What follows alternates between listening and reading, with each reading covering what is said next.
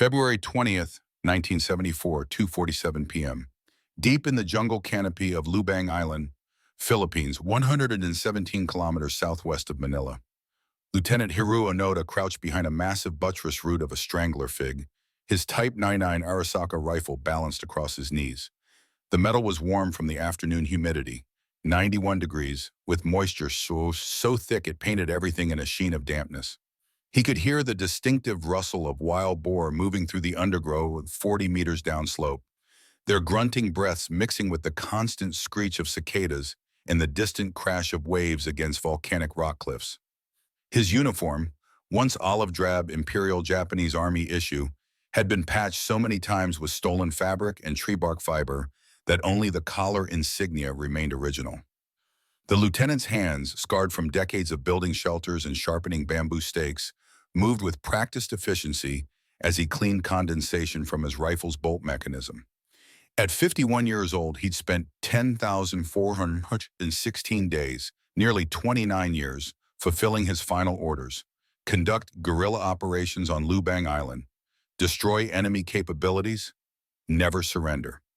The war that ended on August 15, 1945, continued in his mind every single day, every single hour, because to admit otherwise would mean his entire adult life had been wasted on a lie he refused to believe.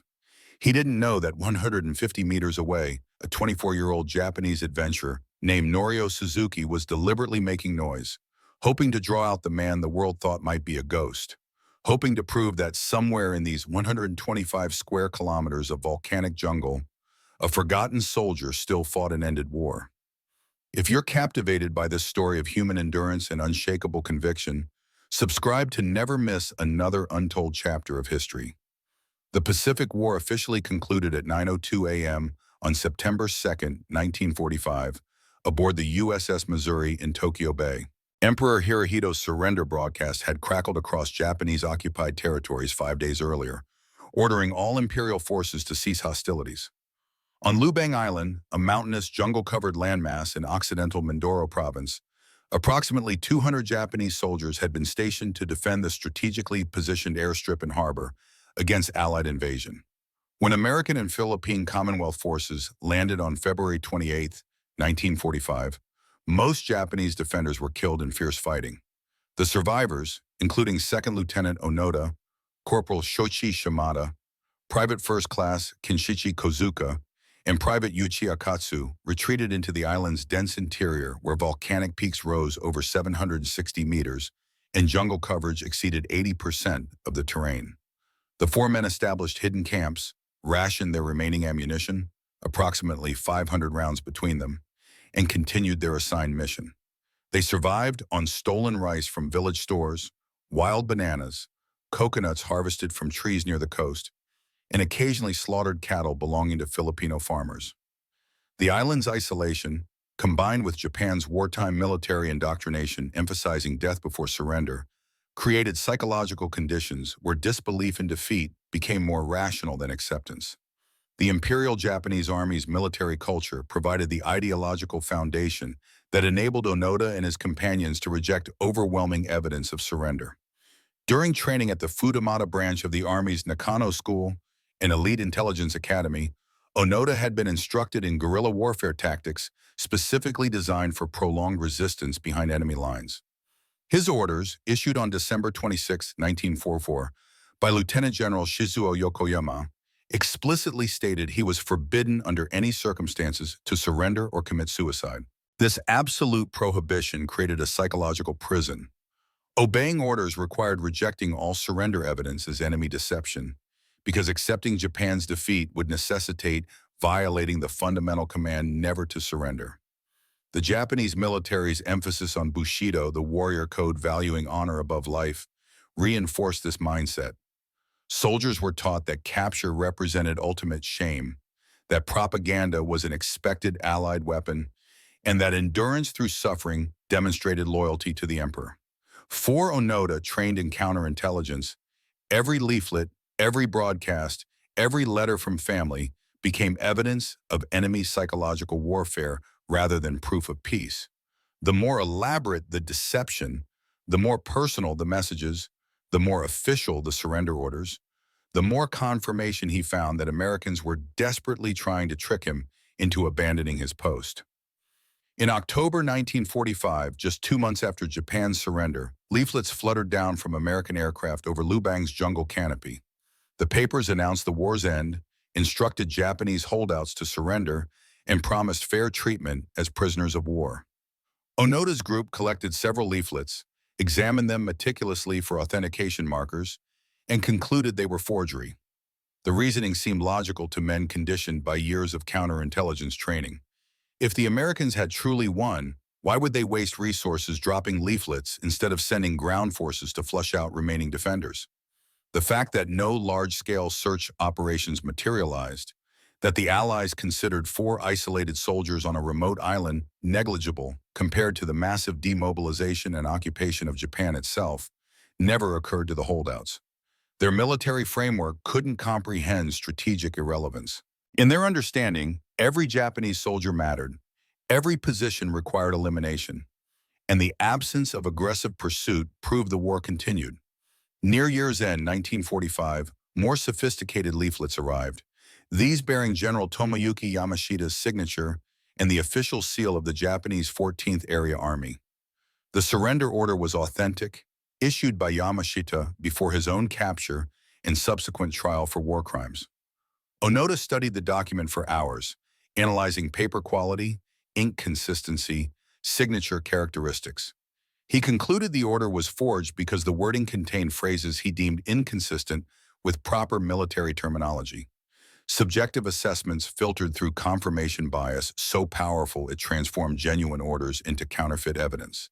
The psychological dynamics within the holdout group created reinforcing mechanisms that prevented individual doubt from undermining collective belief.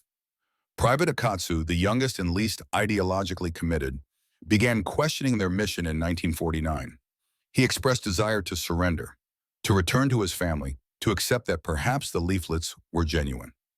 Onoda and the others dismissed his concerns as weakness, accused him of cowardice, and reminded him that desertion meant dishonor, not just for himself, but for his entire family in Japan. In September 1949, Akatsu separated from the group during a foraging expedition. He wandered alone for 6 months before surrendering to Philippine authorities in March 1950 at the village of Luke, emaciated and suffering from malaria, but alive. His surrender received international news coverage. Newspapers published his story, describing 3 remaining Japanese soldiers still fighting in Lubang's jungles. The Philippine government arranged for Akatsu's family to record messages urging the others to surrender, and these recordings were broadcast repeatedly via loudspeakers positioned around the island's perimeter. Onoda, Shimada, and Kozuka heard the broadcasts. They recognized Akatsu's voice. Their response was to become more cautious, more convinced that elaborate American psychological warfare operations were underway. Akatsu's desertion became proof that enemy interrogators had broken a weak soldier and were using him for propaganda. The possibility that Akatsu genuinely accepted Japan's defeat never registered as credible within their constructed reality. In February 1952, the Philippine and Japanese governments coordinated another surrender effort. Aircraft dropped packages containing letters from each holdout's family, along with recent photographs showing parents aged by 7 years apiece, siblings married with children, homes rebuilt after wartime bombing. The letters described Japan's reconstruction, the American occupation under General MacArthur, the economic recovery beginning to reshape the nation. Shimada's mother wrote about attending his memorial service in 1946, believing him dead, and her overwhelming joy upon learning he might be alive. Kozuka's father described working in an American-funded factory, building radios for export. Onoda's family described his younger brother's university graduation and plans to start a business. The 3 soldiers examined every letter, scrutinized every photograph, and concluded the entire operation was sophisticated enemy deception. Their reasoning followed internally consistent logic. If Japan had truly surrendered, the country would be destroyed, occupied, humiliated. The letters' descriptions of normalcy and prosperity proved they were fabrications designed to induce surrender through false hope. The photographs, they determined, were expertly doctored. The handwriting, though matching family samples, must have been produced by skilled forgers or extracted under duress. Every piece of evidence, no matter how personal or emotionally resonant, underwent analysis that transformed proof into propaganda. The psychological investment in their mission had become so profound that acknowledging error would require dismantling their entire identity, purpose, and the meaning of 10 years spent fighting a war that no longer existed. The Holdout's daily existence combined militant discipline with desperate improvisation. They established 3 rotating camps in Lubang's interior, moving between locations every 6 to 8 weeks to avoid detection. Each camp consisted of carefully camouflaged lean-to shelters constructed from bamboo frames and palm frond thatching, positioned beneath dense canopy where aerial observation was impossible. They maintained strict military routine: morning inspection at dawn, equipment maintenance, reconnaissance patrols, evening briefings, where they discussed observations and adjusted tactics. Onoda, as commanding officer, insisted on a formal military protocol despite circumstances that would have broken most soldiers' discipline. The men addressed each other by rank, saluted during duty transfers, and maintained their uniforms to the best of their ability despite having no replacement supplies for nearly a decade.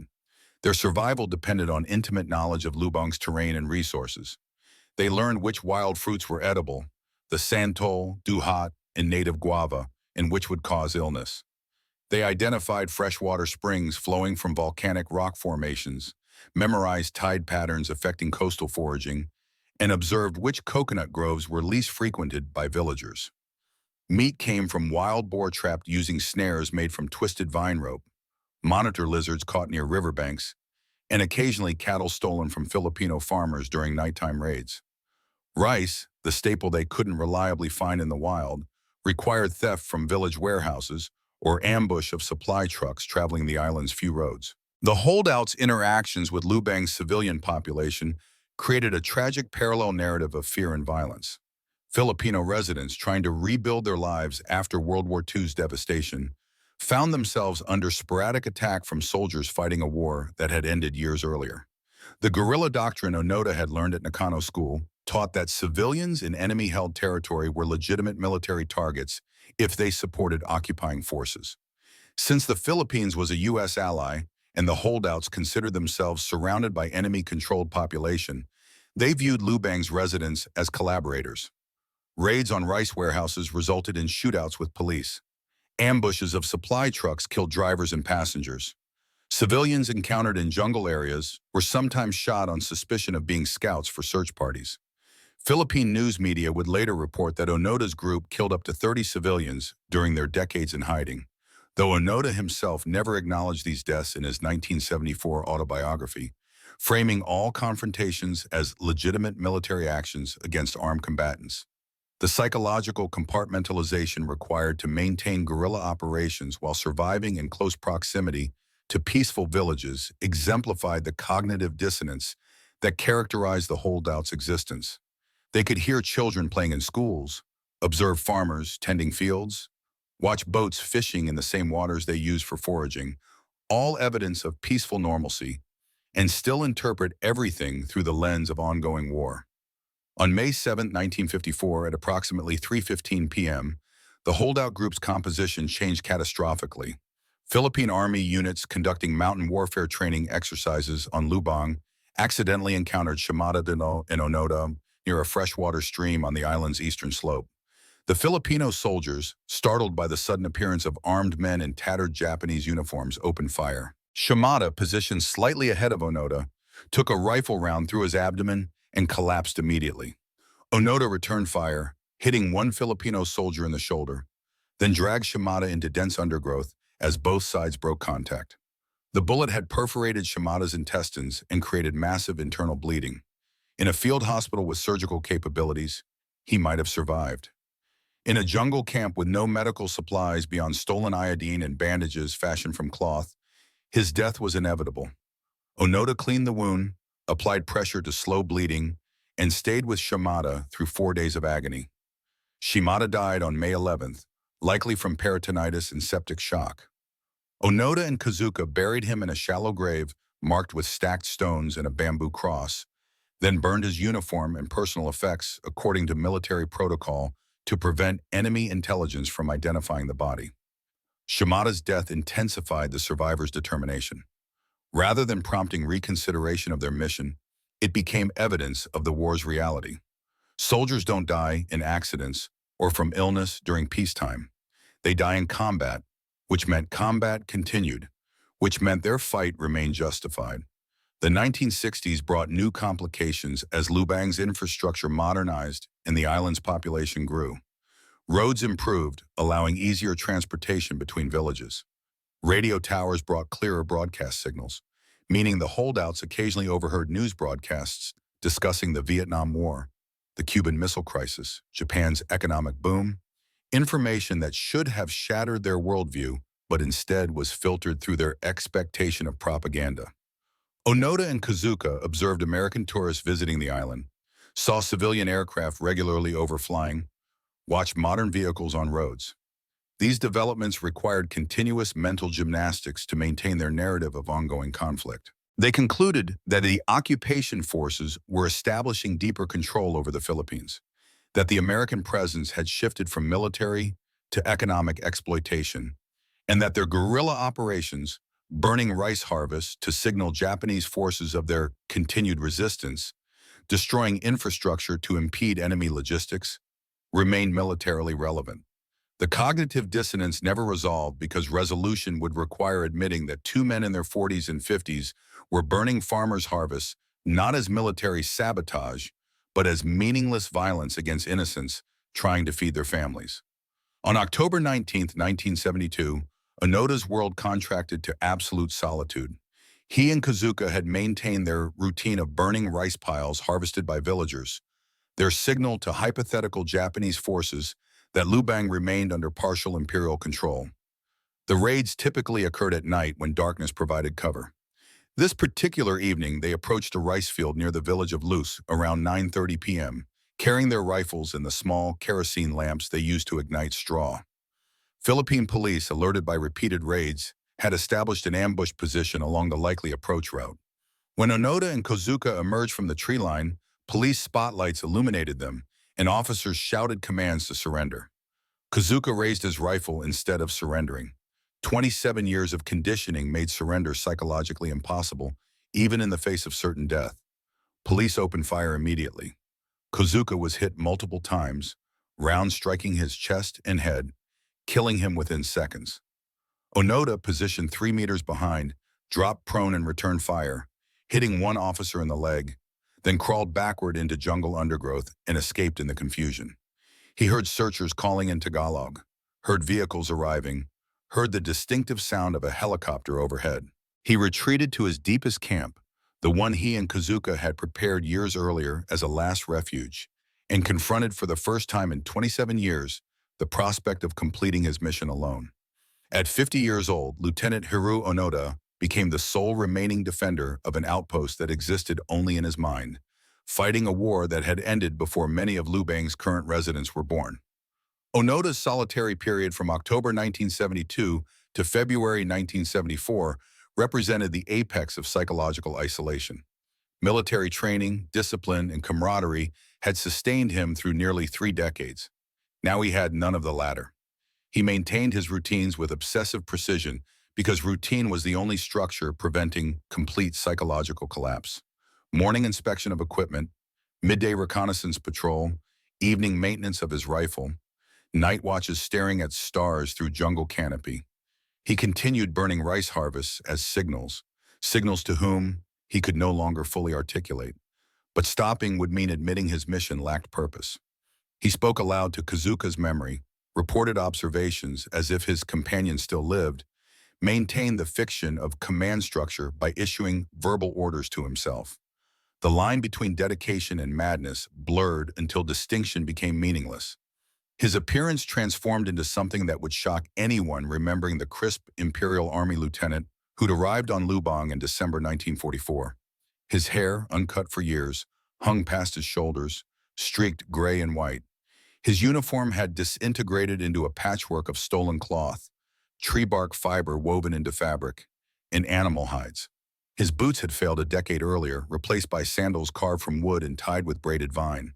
The rifle, his constant companion, showed immaculate maintenance, the only object receiving care matching pre-war standards. He weighed perhaps 125 pounds, his frame gaunt from insufficient nutrition despite decades of foraging expertise. But his eyes, described by those who eventually met him, retained complete alertness, the hyper-vigilance of a soldier convinced that relaxing his guard for a moment might mean death or capture. Norio Suzuki represented a peculiar type of adventurer emerging in 1970s Japan, young, restless, disconnected from the rigid corporate culture dominating post-war Japanese society, searching for meaning through extreme experiences. In 1974, at age 24, Suzuki told friends he intended to travel the world seeking three things: Lieutenant Onoda, a panda, and the abominable snowman, in that order. The statement reflected his whimsical approach to adventure, but also genuine curiosity about the legendary holdout whose story had captivated Japan for years. Newspaper reports periodically mentioned possible Onoda sightings on Lubang, each triggering speculation about whether the last holdout still lived. Suzuki arrived on Lubang Island in mid-February 1974 with minimal supplies, a camera, and determination to either find Onoda or conclusively prove his death. Filipino residents warned him that searching the jungle was dangerous. The terrain was treacherous. Wild animals included cobras and Philippine cobras whose venom was 95% neurotoxic. And if Onoda actually existed, he'd proven willing to kill intruders. Suzuki ignored the warnings. He spent 4 days moving through Lubang's interior, deliberately making noise, calling out in Japanese, leaving obvious trails hoping Onoda might observe and make contact out of curiosity. On February 20th, 1974, at approximately 2:47 p.m., Suzuki's gamble succeeded. He'd been moving along a stream bed on the island's western slope, periodically calling, "Onoda-san, I'm Japanese. I want to talk," when a voice answered from the jungle foliage. "Who are you?" Suzuki froze, then slowly turned to see a figure emerging from behind a massive tree root, gaunt, long-haired, dressed in tattered clothing, but carrying a rifle that looked meticulously maintained. Onoda later described his perspective on their encounter. This hippie boy, Suzuki, came to the island to listen to the feelings of a Japanese soldier. The description captured Onoda's interpretation. Suzuki represented the soft, undisciplined Japan that had emerged during the occupation, lacking the martial spirit that had defined the empire. Yet Suzuki's genuine interest, his respectful approach, his willingness to risk danger to hear Onoda's story, created an emotional connection. They spent hours talking, Suzuki explaining that he'd traveled from Japan specifically to find Onoda, that the lieutenant had become a legendary figure, that millions of people wondered whether he still lived and fought. Onoda listened but remained unmoved regarding surrender. He explained his orders forbade surrender under any circumstances, that only his commanding officer could relieve him of duty, and that officer was Major Yoshimi Taniguchi of the Special Intelligence Squadron, 14th Area Army.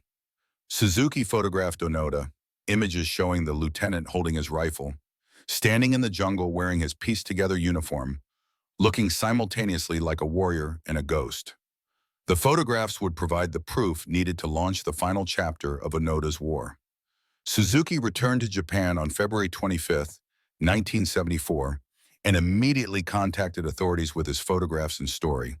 The Japanese government, initially skeptical, verified the image's authenticity and located Major Taniguchi, who had become a bookseller in Tokyo after the war ended 29 years earlier. Taniguchi, now 61 years old, had spent decades in civilian life, rarely thinking about his wartime service, except when Onoda's name appeared in occasional news reports. Government officials explained that Onoda refused to surrender without direct orders from his commanding officer, and they asked Taniguchi to fly to Lubang to formally relieve Onoda of duty. Taniguchi initially hesitated. The request seemed surreal, requiring him to resume a military identity he'd abandoned in 1945 to address a situation that should have resolved 3 decades earlier. But he recognized his unique responsibility. He had issued Onoda's original orders. Only he could legitimately rescind them. On March 9, 1974, Taniguchi flew to Lubang accompanied by Suzuki, who would guide them to Onoda's location. The Philippine government provided military escort and agreed to grant Onoda full pardon for any crimes committed during his holdout years, recognizing that prosecuting a man who genuinely believed he was conducting legitimate military operations would serve no purpose beyond vengeance. The meeting between Taniguchi and Onoda occurred in Lubang's jungle interior during the late afternoon of March 9, 1974. Suzuki had made contact with Onoda the previous day, explaining that his former commander had arrived and requested formal meeting. Onoda, maintaining military protocol to the end, appeared in the cleanest version of his uniform he could assemble, carrying his rifle, standing at attention as Taniguchi approached. The moment carried profound emotional weight. Two men who had served together in 19 who represented different choices about how to navigate surrender and defeat, meeting in circumstances neither could have imagined when the war ended. Taniguchi, wearing civilian clothes but carrying documents certifying his identity and authority, stood before Onoda and delivered the orders that would end the longest individual combat action in modern military history. The orders were formal, structured according to Imperial Army protocol. In accordance with the Imperial command, the 14th Area Army has ceased all combat activity. In accordance with Military Headquarters Command Number A-2003, the Special Squadron in the Chief of Staff's headquarters is relieved of all military duties. Units and individuals under the command of the Special Squadron are to cease military activities and operations immediately and place themselves under the command of the nearest superior officer. When no officer can be found, they are to communicate with the American or Philippine forces and follow their directives. Onoda saluted, acknowledged the orders, and for the first time in 10,116 days, believed that the war had ended. Not because the evidence changed, the same leaflets, broadcasts, and letters existed, but because the chain of command he'd never broken finally gave him permission to stop fighting. On March 10, 1974, at 10:30 a.m., Lieutenant Hiroo Onoda emerged from Lubang's jungle and surrendered to Philippine military forces at the island's radar base. He wore his tattered uniform, carried his Arisaka Type 99 rifle still in perfect working condition, presented 500 rounds of ammunition he'd meticulously maintained, several hand grenades, and the dagger his mother had given him in 1944 to use for suicide if capture became inevitable. The dagger remained unused. Onoda had never considered surrender, so suicide to avoid it never became necessary. The surrender was filmed by international media, creating images that would define how the world understood the phenomenon of Japanese holdouts. Television footage showed a thin, weathered man standing rigidly at attention, rendering formal military salute, handing over his weapons with the precision of a parade ground ceremony. Philippine President Ferdinand Marcos held a formal surrender ceremony the following day, March 11th, at Malacañang Palace in Manila, attended by hundreds of reporters and photographers from across Asia, America, and Europe. Marcos granted Onoda full pardon, praising his dedication while diplomatically avoiding discussion of the civilians killed during his decades of guerrilla operations. Onoda, maintaining military bearing throughout, gave brief statements describing his sense of duty, his loyalty to the emperor, his conviction that surrender without orders would have dishonored his family and nation. The global reaction mixed admiration for his survival and discipline with horror at the psychological cost. A man who'd spent his entire adult life, ages 22 to 51, fighting a war that existed only in his mind. Onoda returned to Japan on March 12, 1974, receiving what media described as a hero's welcome, though the reality was more complex. Some Japanese celebrated him as embodying traditional samurai values: loyalty, endurance, refusal to abandon duty. Others saw him as tragic symbol of militarism's psychological destruction, a man so thoroughly indoctrinated that he'd wasted 29 years on meaningless violence. The Japanese government offered him substantial back pay for his military service, calculated at 29 years of lieutenant's salary with adjustment for inflation, a sum exceeding several million yen. Onoda refused the money, stating he had simply performed his duty and required no compensation beyond the opportunity to serve. When well-wishers pressed money on him regardless, he donated it to Yasukuni Shrine, the controversial Shinto shrine honoring Japan's war dead, including convicted war criminals. The gesture revealed Onoda's continuing identification with Imperial Japan's wartime ideology, despite exposure to 3 decades of changed reality. He wrote an autobiography, No Surrender, My 30-Year War, published in 1974, which became an international bestseller. The book described his experiences with remarkable detail, but filtered through the perspective of a man who still believed his actions had been necessary and honorable. Critics noted his failure to acknowledge civilian deaths or express remorse for violence against innocent Filipinos, an omission suggesting that even after accepting the war's end, he couldn't fully accept that his guerrilla operations might have been morally unjustifiable. Onoda's post-surrender life demonstrated the impossibility of fully transitioning from warrior identity to civilian existence after such extreme experience. He reported feeling deeply uncomfortable with modern Japan, describing it as soft, materialistic, lacking the discipline and purpose that had defined his world. The economic boom, the American cultural influence, the younger generation's focus on prosperity rather than sacrifice, all seemed alien and vaguely contemptible. In April 1975, just over a year after his return, Onoda emigrated to Brazil following his elder brother Tadao, who had established a Japanese immigrant community there. In Brazil, Onoda became a cattle rancher in Terrenos, Mato Grosso do Sul, an occupation that allowed him to work independently, maintain physical discipline, and avoid the social complexities of contemporary Japan. He married Machie Honoku in 1976, assumed leadership role in the local Japanese-Brazilian community, and created a life structured around the values he'd maintained on Lubang: self-sufficiency, routine, discipline. Yet even in Brazil, his past followed him. In 1980, reading about a Japanese teenager who'd murdered his parents, Onoda felt compelled to return to Japan to address what he saw as the younger generation's lack of character. He established the Onoda Nature School in Fukushima Prefecture, an educational camp designed to teach young people survival skills, physical toughness, and traditional values. The school reflected his belief that Japan's prosperity had created weakness, and that recapturing elements of wartime discipline would benefit society, a perspective that remained controversial but attracted families seeking alternative education. In '96, Onoda faced direct confrontation with the legacy of his guerrilla years. His wife, Machie, arranged a donation of $10,000 scholarship to the school in Lubang Island and suggested Onoda personally deliver it as gesture of reconciliation. When he arrived on Lubang for the first time in 22 years, the reception was decidedly mixed. The town council presented him with a formal resolution requesting compensation for families of 7 people he'd allegedly killed during his holdout years. Approximately 50 relatives of victims staged protests during his visit, carrying signs demanding acknowledgement and payment. Onoda declined to provide compensation, maintaining that his actions had been legitimate military operations conducted in good faith, belief that war continued. The refusal, while legally defensible given his presidential pardon, demonstrated the moral complexity of his situation.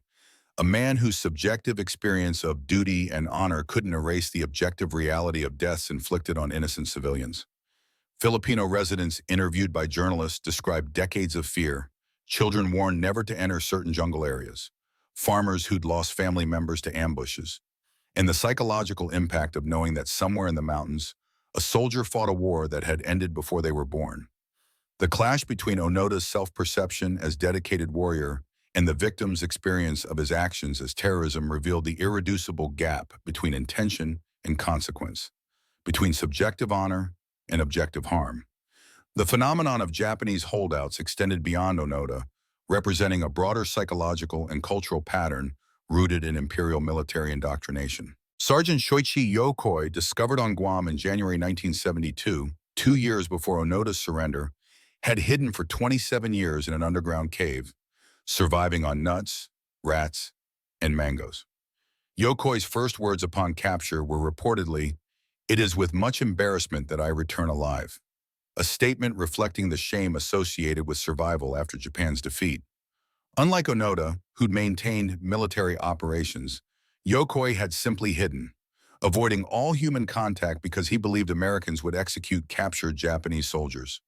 Private Teruo Nakamura, arrested on Morotai Island, Indonesia, in December 1974, 9 months after Onoda's surrender, had spent 29 years living alone in the jungle, unaware that the war had ended because he'd been so isolated that no surrender communications ever reached him.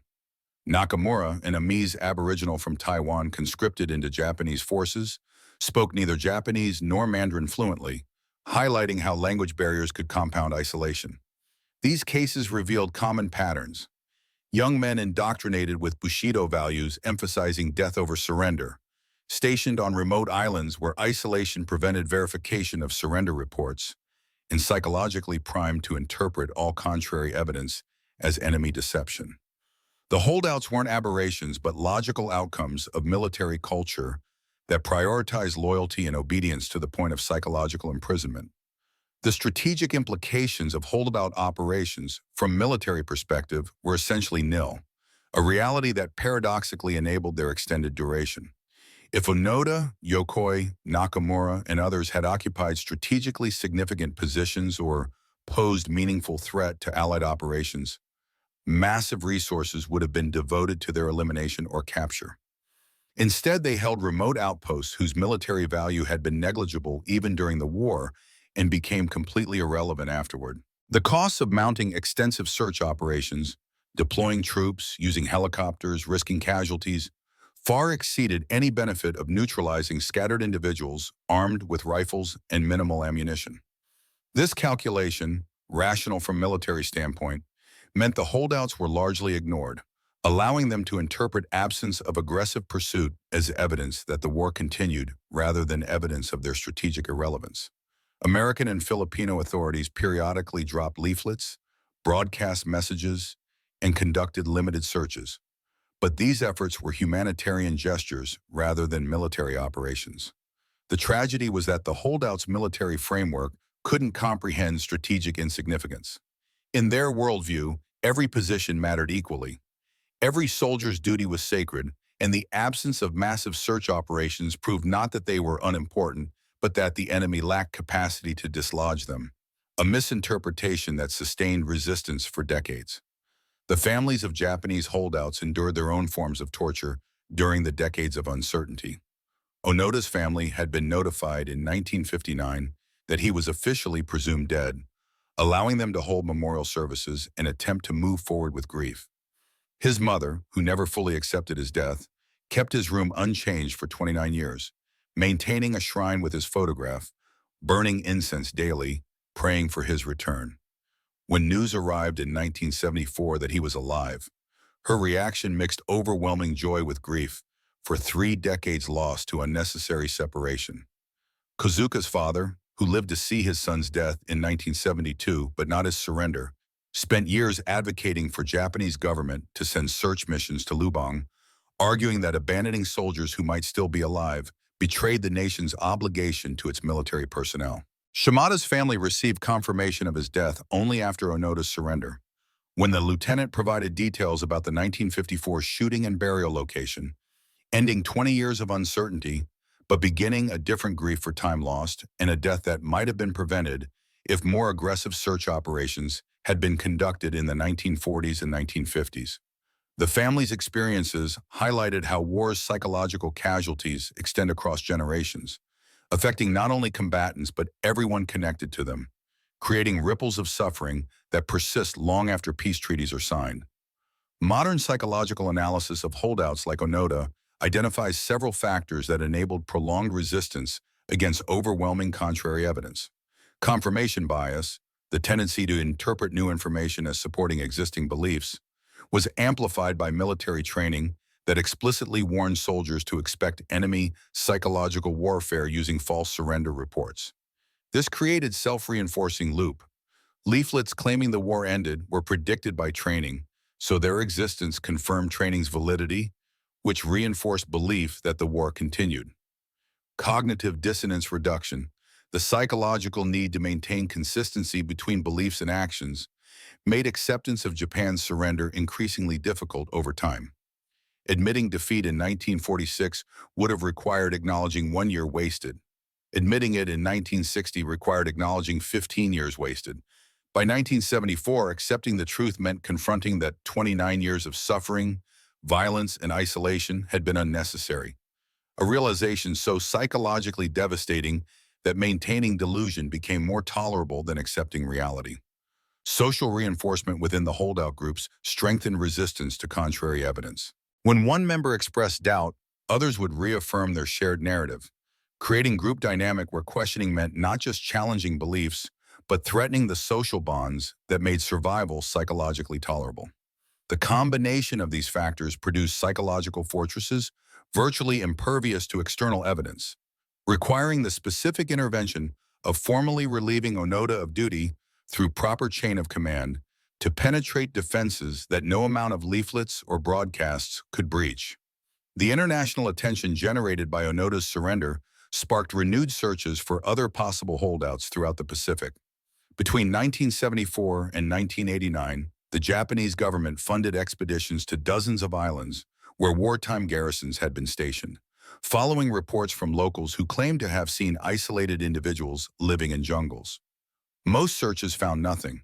Some found remains of soldiers who died decades earlier from disease, starvation, or violence. A few found evidence of possible holdouts, abandoned camps with relatively recent fire pits, freshly cut bamboo footprints, but never located living individuals.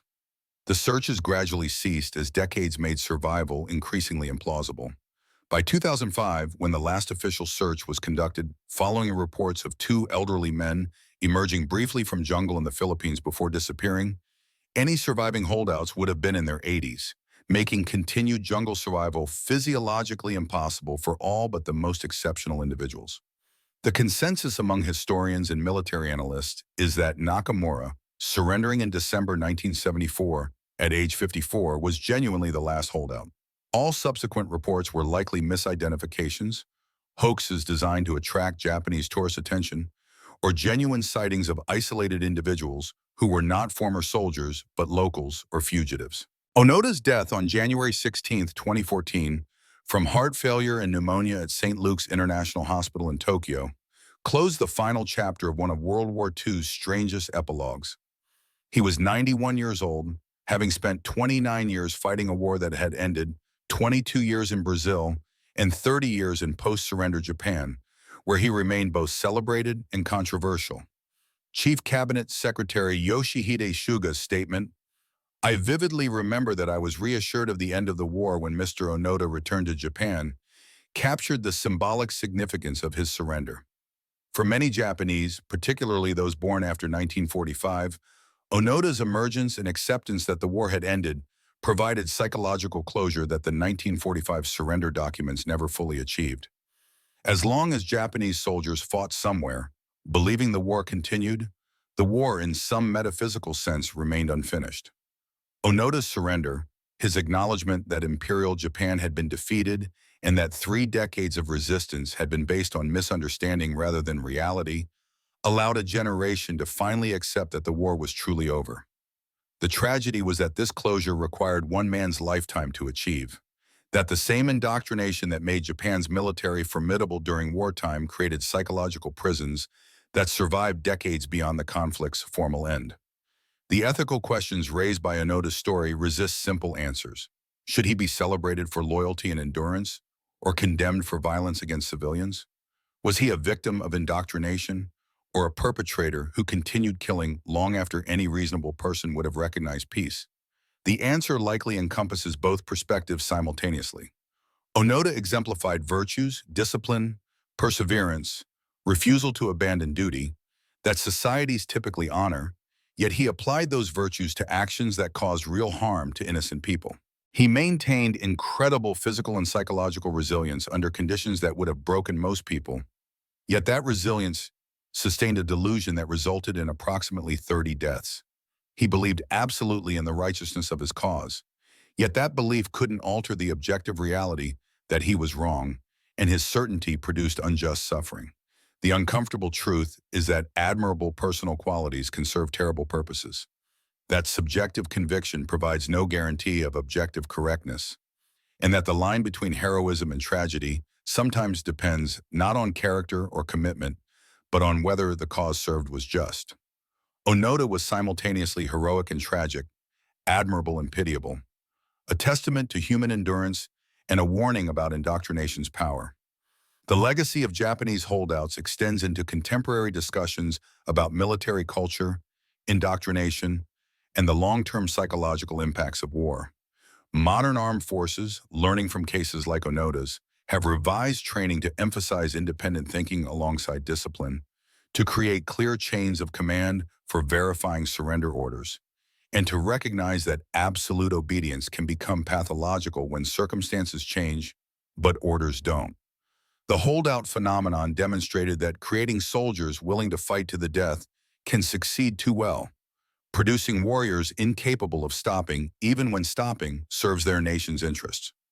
Post-war Japanese military forces, reconstituted as the self-defense forces under strict constitutional limitations, deliberately cultivate different culture, emphasizing defense, restraint, and civilian control, precisely to avoid creating conditions where another generation of soldiers might fight indefinitely based on outdated orders and unquestioned obedience. The holdouts served as negative examples, cautionary tales about the dangers of valorizing death over surrender so completely that survival becomes shameful and peace becomes unbelievable. For the American audience, particularly those who experienced World War II either as combatants, home front civilians, or the children of that generation, the holdout phenomenon reveals uncomfortable parallels with other conflicts where ideological certainty produced prolonged violence despite strategic defeat.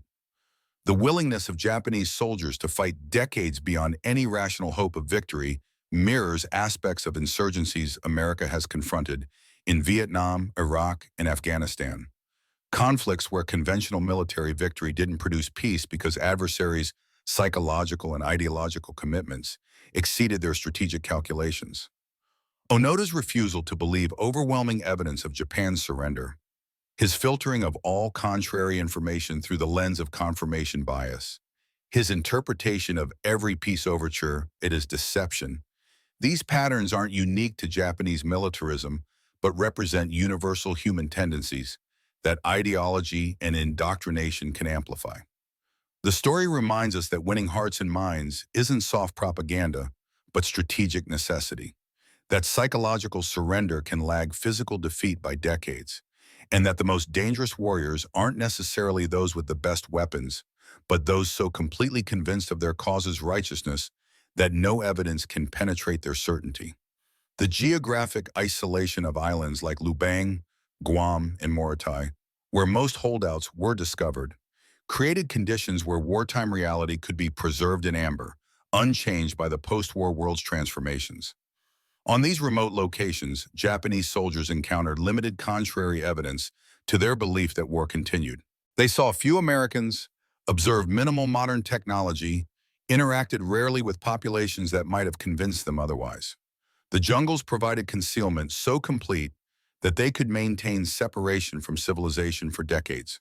By contrast, holdouts stationed on more populated or strategically significant islands were discovered or forced to surrender much earlier because they couldn't avoid encountering overwhelming evidence of peace. The lesson is that physical isolation enables psychological isolation, that communities cut off from regular information flow can maintain outdated worldviews indefinitely, and that breaking through such isolation requires not just broadcasting messages, but creating conditions where isolated populations must confront contrary evidence directly. This principle applies beyond military contexts to any situation where groups, whether religious communities, political movements, or conspiracy theorists, maintain beliefs that contradict overwhelming external evidence by limiting information sources and dismissing contrary data as deception. In Lubang today, Onoda's story has become both tourist attraction and source of complicated local memory. The island, which has population of approximately 24,000, markets itself partly through connection to the famous holdout, with tours visiting areas where he hid, information plaques describing his camps, and museums displaying artifacts from his decades in the jungle. Yet for older residents who lived through the holdout period, the commercialization feels uncomfortable, turning decades of fear, lost relatives, and disrupted lives into entertainment for visitors. The local school that received Onoda's scholarship donation in 1996 maintains a plaque acknowledging the gift, while also noting the complex history that produced it. Filipino veterans who fought in World War II and later served in operations attempting to capture or kill the holdouts have mixed feelings. Respect for Onoda's survival skills and discipline combined with anger about his refusal to acknowledge the harm he caused. The tension reflects broader challenges societies face when commemorating conflicts: how to honor endurance and courage without valorizing unjust violence, how to acknowledge suffering without perpetuating grievances, how to remember history fully without imprisoning present and future in the past grudges. The question of what Onoda should have done differently, whether he could have been expected to recognize Japan's surrender and end his resistance earlier, involves counterfactual speculation but raises important issues about individual moral responsibility within systems of authority and indoctrination. His military orders explicitly forbade surrender and suicide, creating a psychological bind where obeying orders required rejecting all surrender evidence. Yet at some point, doesn't individual moral reasoning require questioning orders that produce unjust outcomes? If Onoda had recognized by 1950, after Akatsu surrendered and reported the war's end, after leaflets with family letters arrived, after 5 years of isolation produced no Japanese relief forces, that perhaps his resistance was mistaken, would abandoning his post have been cowardice or wisdom? The tension between loyalty to orders and responsibility to conscience represents one of military ethics' fundamental dilemmas. Soldiers who question orders risk unit cohesion and may paralyze themselves with doubt during situations requiring immediate action.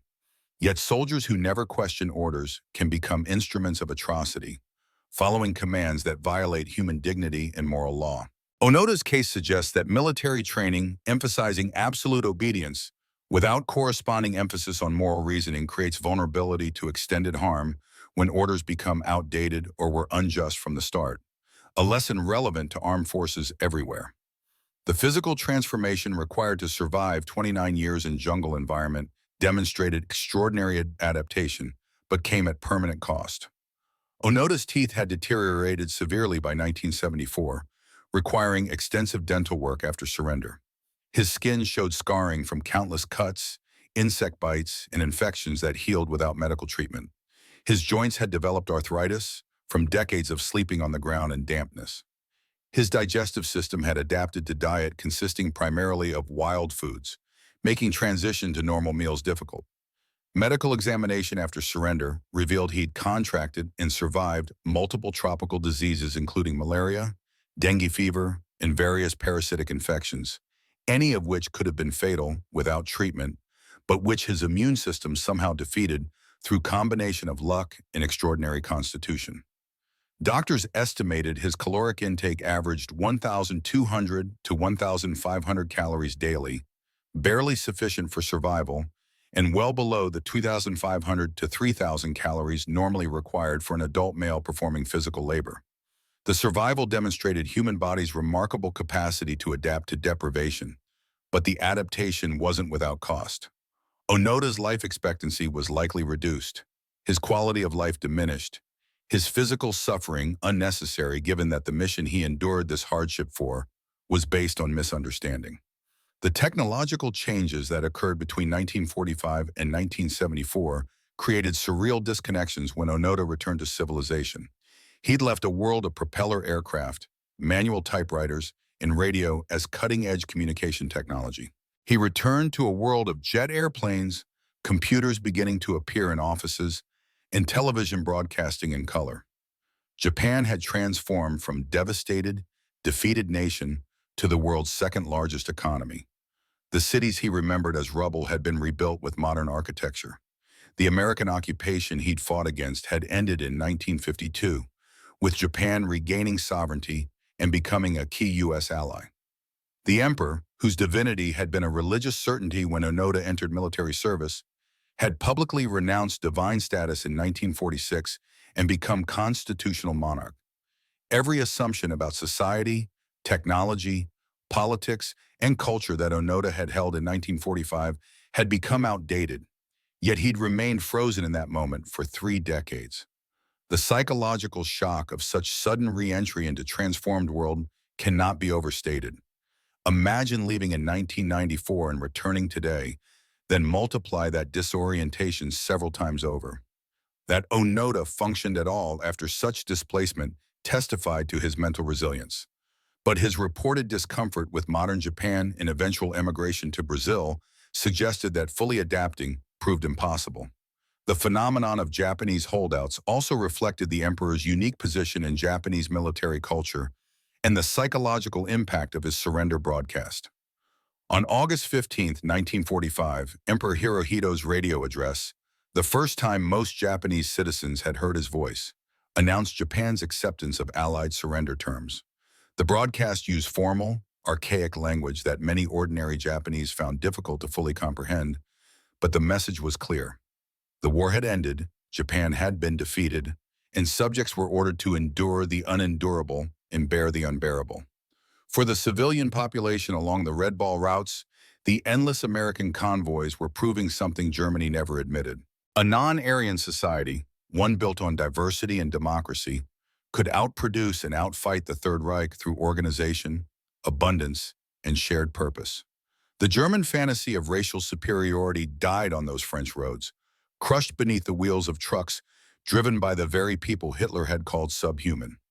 In the decades after the war, many German veterans admitted what they couldn't acknowledge during combat. America hadn't just defeated Germany militarily, it had revealed the hollowness of Nazi ideology through industrial demonstration. The nation that Hitler claimed was weak, divided, and doomed had crushed the Third Reich not through superior tactics, but through superior production. Not through racial purity, but through leveraging the talents of every citizen, regardless of color. The African-American soldiers of the Red Ball Express, denied basic rights in much of their own country, had nevertheless proved themselves indispensable to victory. They kept rolling when exhaustion should have stopped them, maintained discipline when chaos threatened, and delivered supplies when failure meant stalemate. Their contribution forced a reckoning within American society that continues today. They had earned respect on European highways that America couldn't deny, even if equality took decades longer. The trucks are gone now, the drivers mostly passed, the roads rebuilt. But the echo remains in every modern military logistics operation that prioritizes speed over caution, volume over efficiency, and continuous motion over careful planning.